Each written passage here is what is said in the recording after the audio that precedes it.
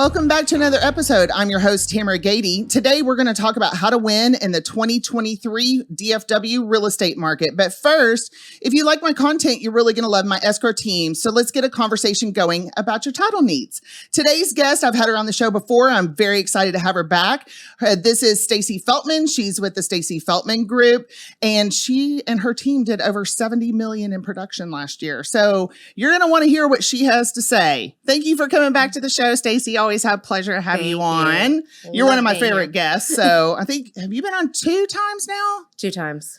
Yeah, one of my very favorite guests. You were one of my first guests, too, Yes. like at the very beginning when I started this thing. So I was a little guinea pig. Yeah, you did a really, really good job.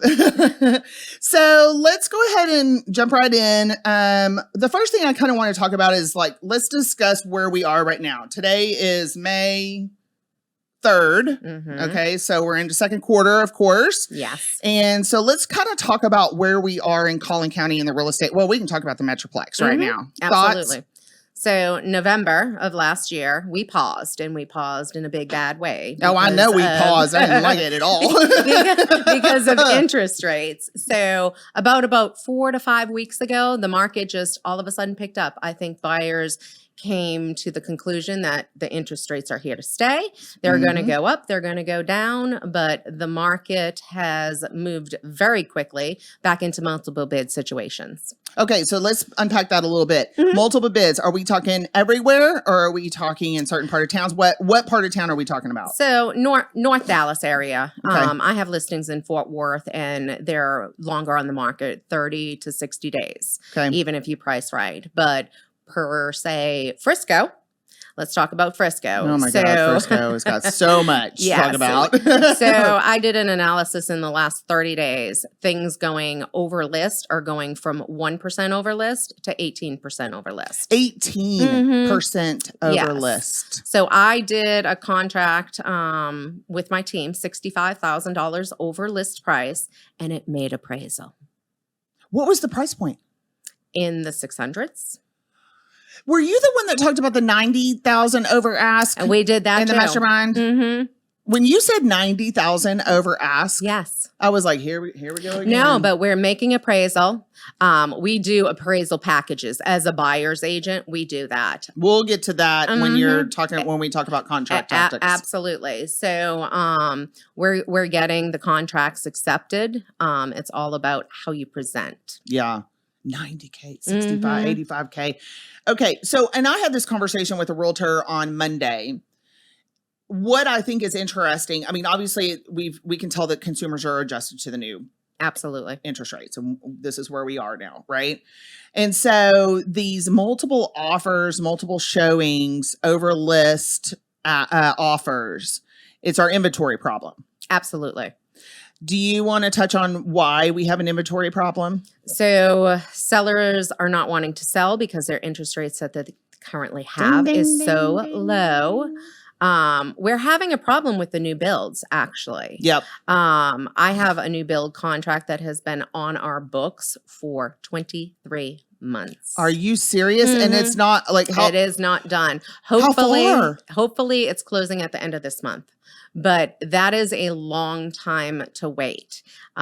New builders are doing escalation clauses. So when you close, depending on what builder you're at, you might sign a contract for $500 and then you're closing at $625. 100? Yeah. Is that a real scenario? Absolutely. And buyers are saying, no, sorry. And the builder's okay with that because they're able to get it with buyer number 2 at that price. I've been hearing some noise on some of the real estate Facebook groups about escalation clauses. Yes. And I didn't know that it makes sense that builders are using them. Builders can. We can actually too in the Dallas-Fort Worth area. Okay, explain, because I've always been told that escalation clauses are illegal. Everybody wants to say illegal. Yeah, no, and they are. If an agent does it, we can't even in special provisions on a contract do legal mumbo jumbo lingo. If we hire an attorney with our offer, we present it with the escalation clause. Okay, there you go. All right. That is what I've always heard. I didn't know that anything had changed there, but there's a lot of questions about escalation clauses. Again. Absolutely. Hire an attorney. Hire an attorney. That's Yep. the answer. If you need an attorney, I got an attorney. Mhm. Lawyer's title. Okay, so we've talked about the lack of inventory. We know that builders are having some trouble getting back online after they paused. We also know people don't want to sell their houses because they don't want to get out of their interest rate. Well, I would also think that part of that is also they overpaid for the house. They're not going to be able to get their money back out. Necessarily. Absolutely. Get their money back out, depending on how much they overpaid. We're having that trouble in my neighborhood. People are wanting to, they're attempting to sell their house, and then they want a waiver to be able to lease the house prior to the 2 years that they've owned it and lived in it, which is part of our CCRs, right? And I'm like, I don't know. But, you know, the funny thing is we do have several clients that have to sell within a 2-year period. So they've only owned the house less than 2 years. And, you know, they're concerned about, you know, paying the government with owning it less than 2 years. But we're able to get them a profit still.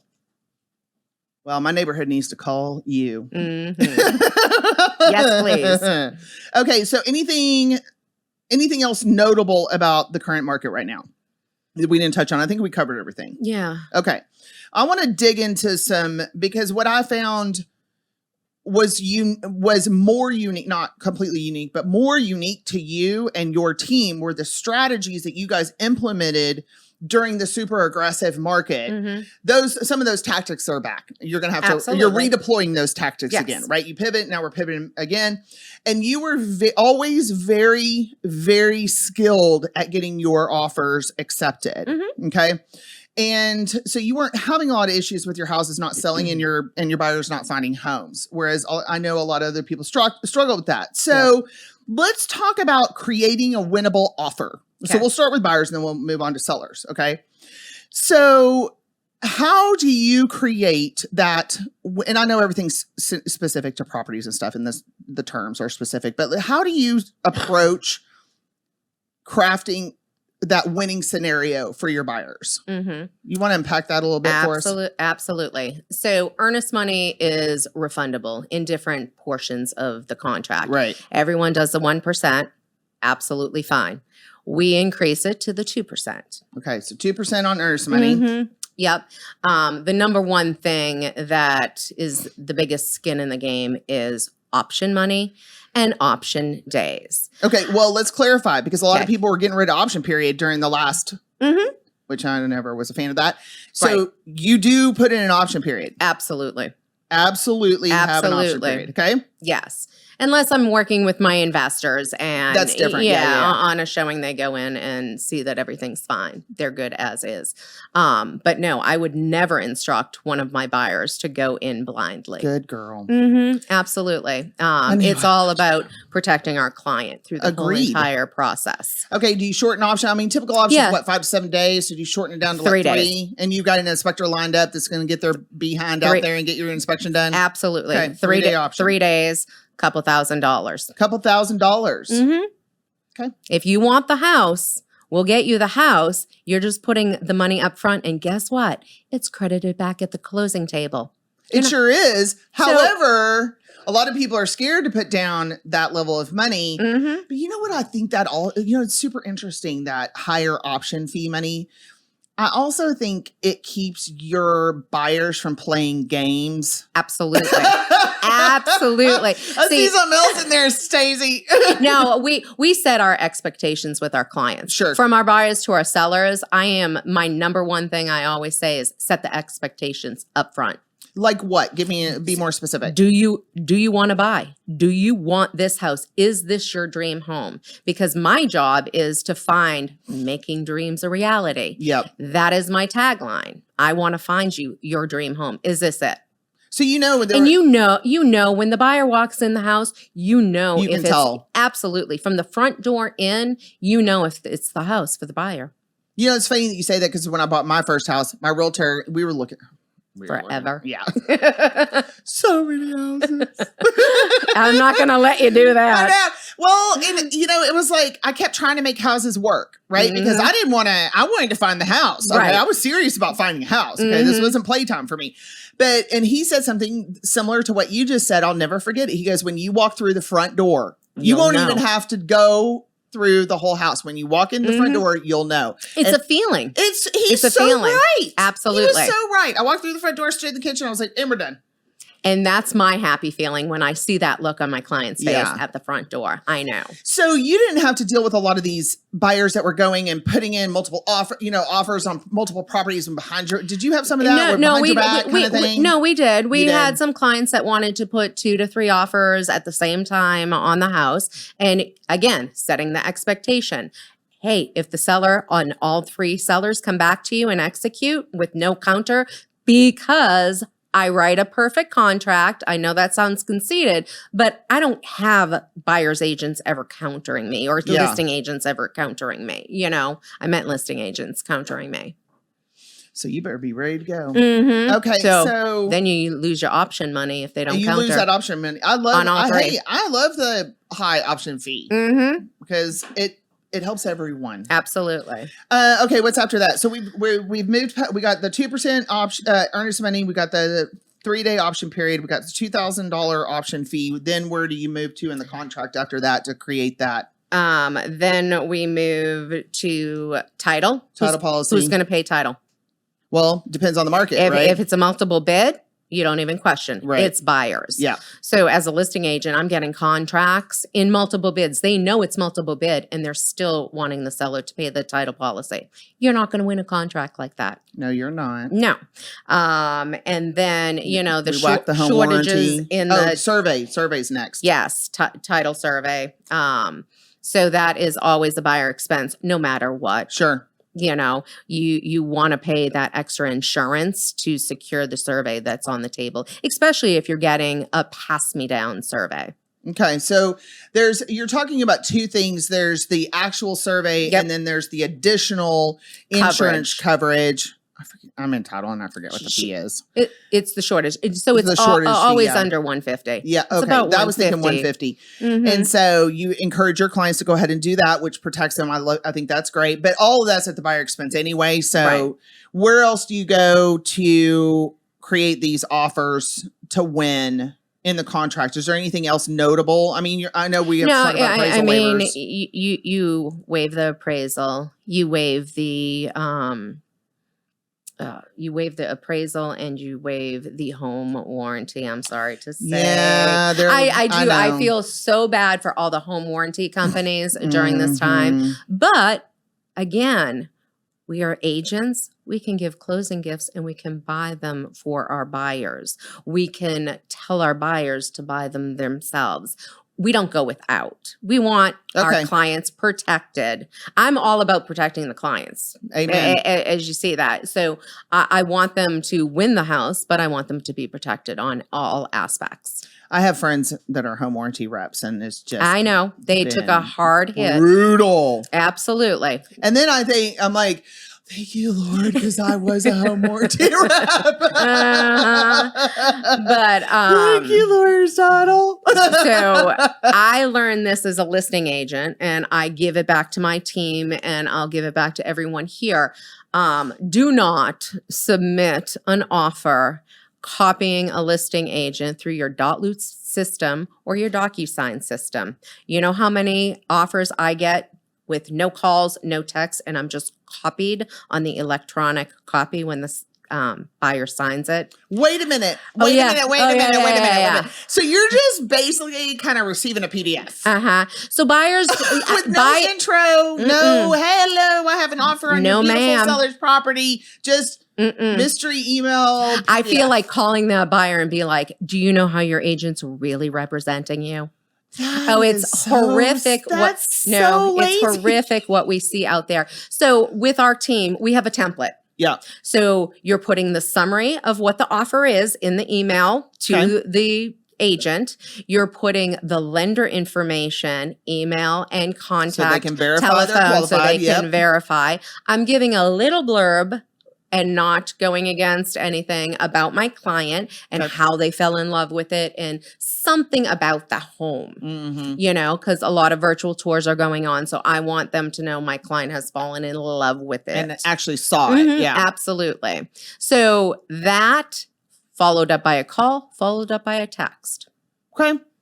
So I'm creating a relationship with the agent on the other side. That is vital. Do you feel like when you know the agent on the other side and you're like, score? No, absolutely. Yeah. And so then there's new agents that I come in contact with submitting me offers. Mm-hmm. And when I see them fighting for their client, the client wants it. It's going to be a smooth transaction. It shows me that we're going to have great communication. I love it. Mm-hmm. So I think that so you went through the things in the contract that are essential to win in the offer. Yes. Just to kind of recap And really how to quickly. present it. And how to present it. I love the survey, the summary email that you send ahead with the offer. Mhm. Don't just, Oh, and do it in a one PDF.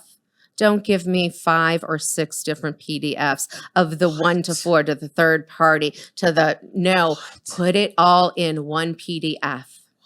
Mm-hmm. I put offer instructions out. I try to make it easy for all buyers agents presenting, just how I teach my agents on my team how to present.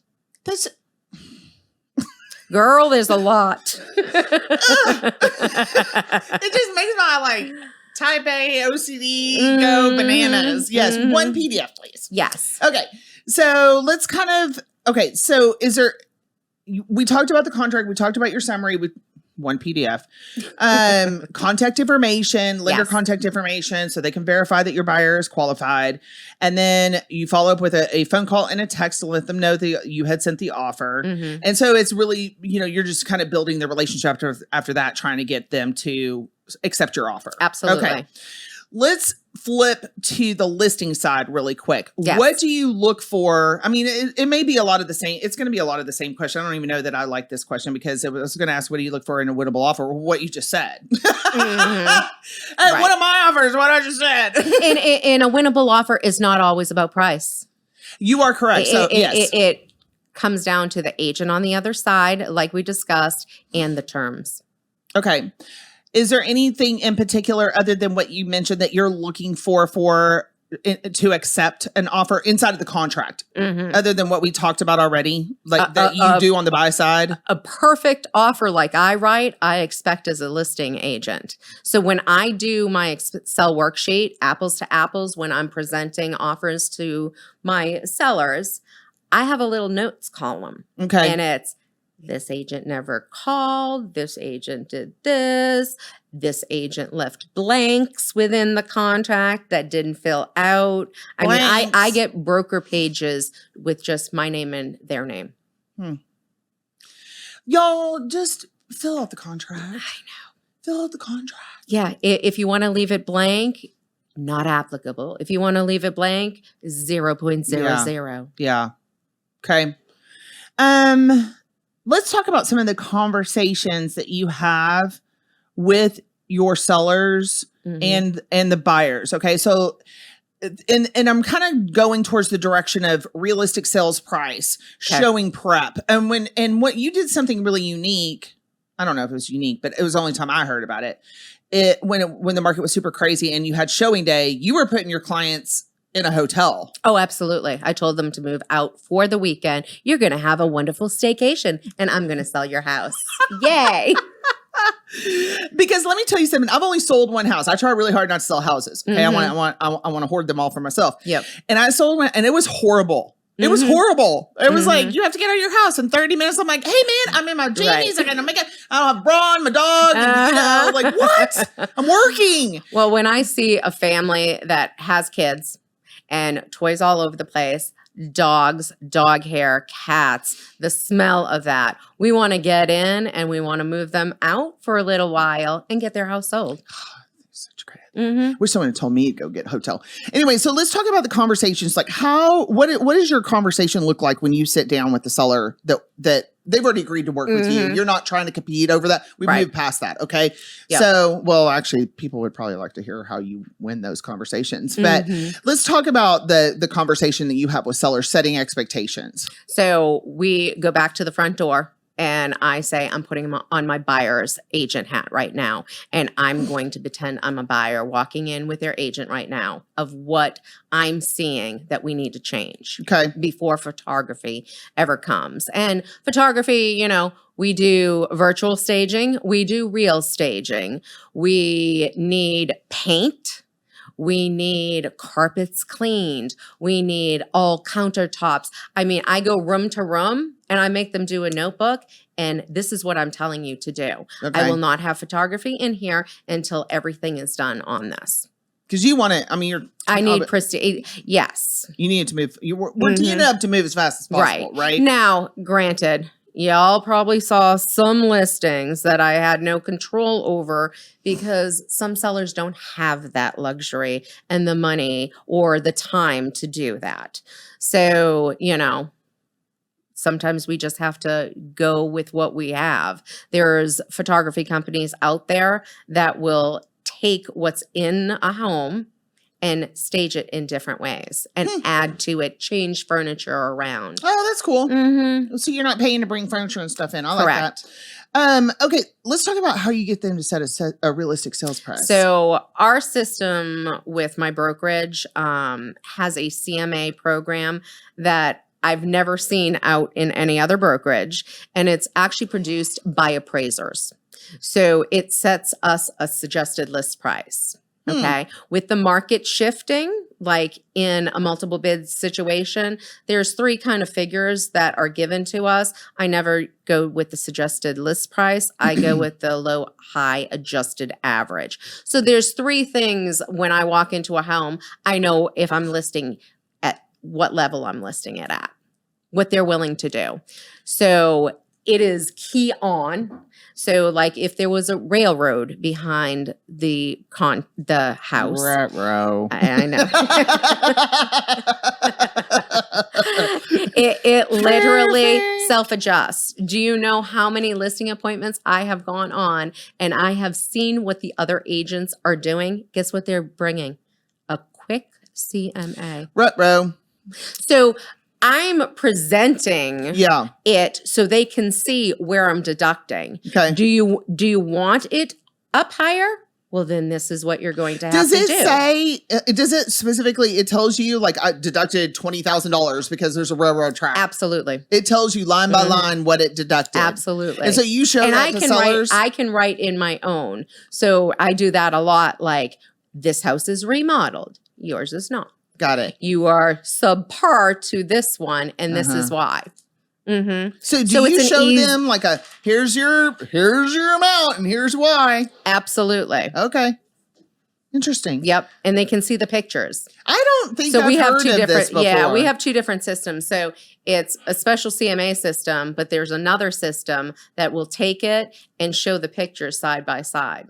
Because what most agents do is they just pull comps, right? Correct. It's not about that. And I go into my listing appointments and say, you'll have the comps basically within 1 hour after our appointment, because I already have it done on the other side. I just need to put my eyes on this house and see what I'm going to deduct or add.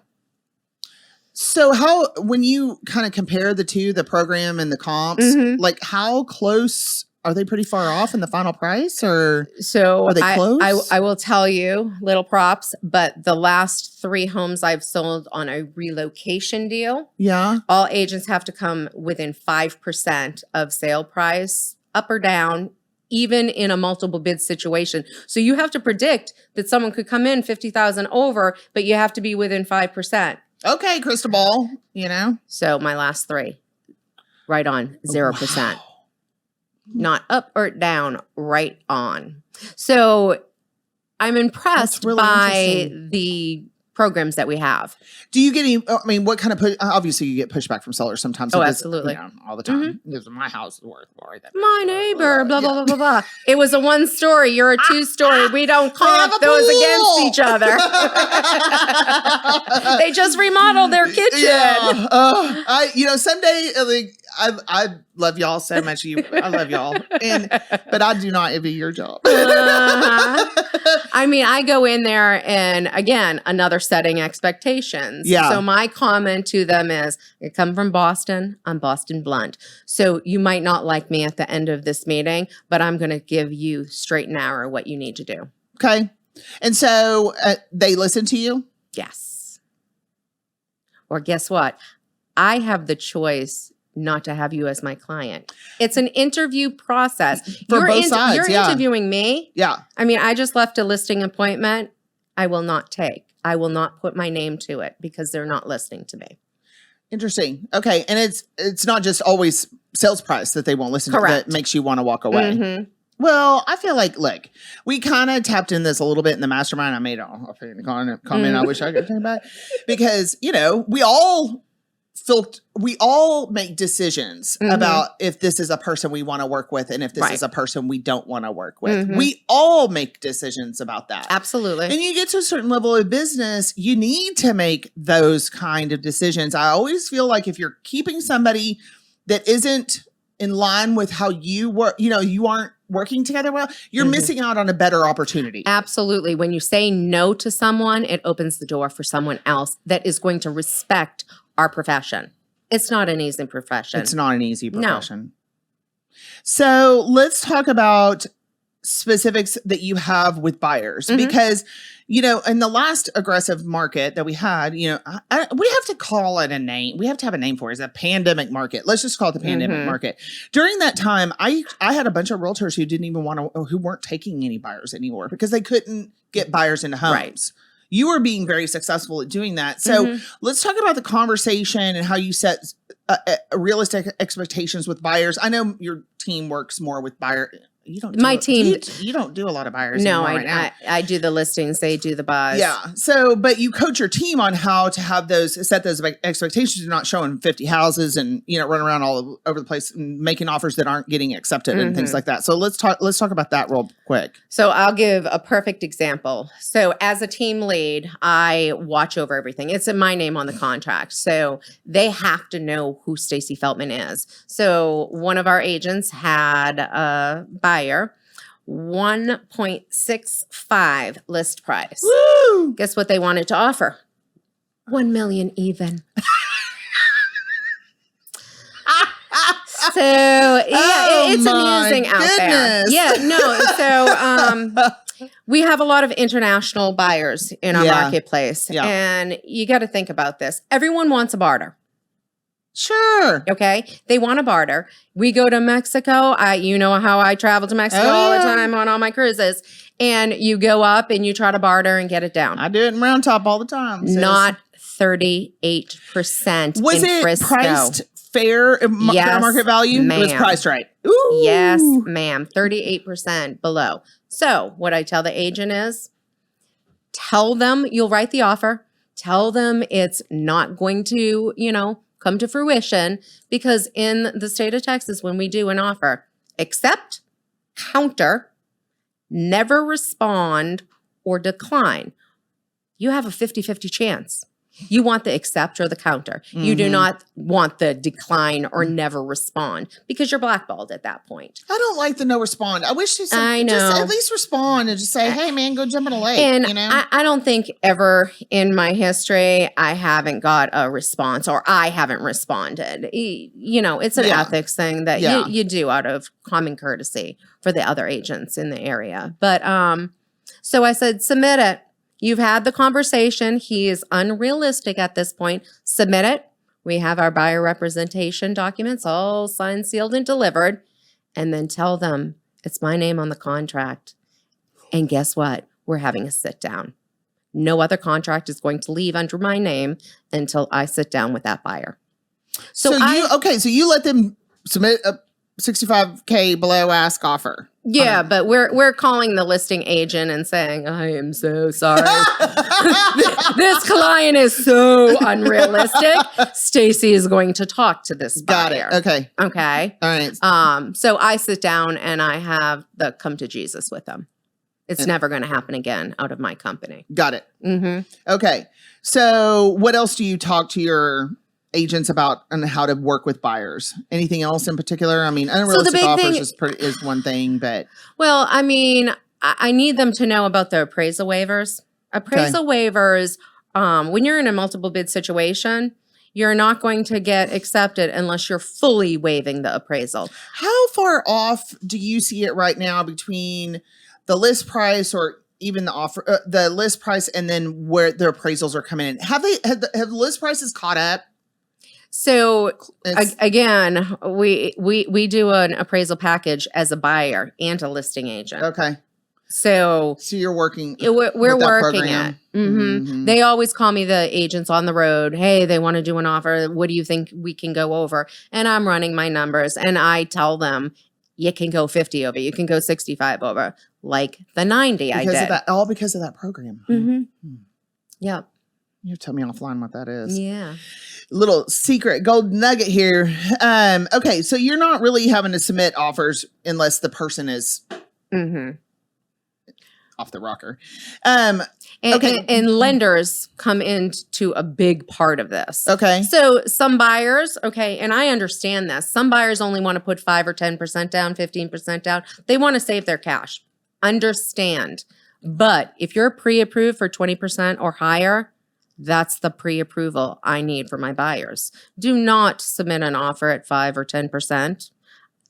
If they're financially capable, they should have a 20% or higher pre-approval. Even if they're not going to put that amount down. Absolutely. At the end of the day, it's showing you're capable. Okay. But at the closing table, what's it matter? I mean, the seller's getting the same net. Yep. But my buyer's able to keep money in their pocket. It's not doing anything seedy. Okay, I like that. That's a good little golden nugget, you guys. What else? Anything else you got? Little tricks and just explaining to them and working with our local lenders to see how much gap that they can cover. Because a lot of lenders, if there's a gap of $50,000, lenders rework the loan. They're not actually coming out of pocket that $50,000. Sure. Okay. Before we wrap up, any other last minute advice that you want to talk about or give? Okay. You got sorry. Can't wait. But in the contract, okay, even though it says put seller and buyer information in the notices section, and now there's a new thing that actually you copy the buyer's agent or the listing agent, their email address. Don't do it. Okay. And you're supposed to put something. So what Stacey Feltman Group does is on each side, contact information provided to title. Okay. When I'm giving lawyer's title, because all my contracts go to lawyer's title, yay. All my contracts come to you. My transaction coordinator is immediately putting in, if it's a buyer or a seller, their email address, their contact information, their telephone numbers. Yeah, and I get why agents don't want to disclose that. So in these crazy markets, you're protecting, again, I'm always protecting my clients. Sure. It's a protection for them because people will stalk them on Facebook, Instagram, try to contact them and go and try to have a conversation with them. It's terrible. Our official CE class, right? You're like, you need to put the buyer on the side. Yeah, but you're actually, our lawyers at Ebby tell us to put the information. They do too. Absolutely. But within 2 minutes of execution, you guys have that information. Oh, for sure. Absolutely. So what's we don't need it in the contract. Correct. But that's the official. Absolutely. You know what I mean? But I'm saying I gave it to you on the contract, and I do. Well, and look. Because your girls will call me if I don't. Oh, I know they will. But you're not wrong. There were a lot of people, the stalking on the Facebook and the reaching out to your client and all that. So I just want that stuff is real. I want agents to present their client's offer in the right way. Yep. I want them to protect their client always. Because the market gets crazy. And when you're writing offers here, there, and everywhere to try to get accepted, you can drop the ball. And I don't want anyone to drop the ball. No, and this is why, ladies and gentlemen, that she gets deals done, okay? So thank you for joining me today. Thank you. I love you, friend. I do too. And so that's another episode for today. Thank you for joining us. Again, I'm your host, Tamera Gaede. If you like my content, you're really going to love my escrow team. So give me an opportunity to talk to you about your title needs. You can reach out to me on any of my social media platforms, and you guys make it a great day.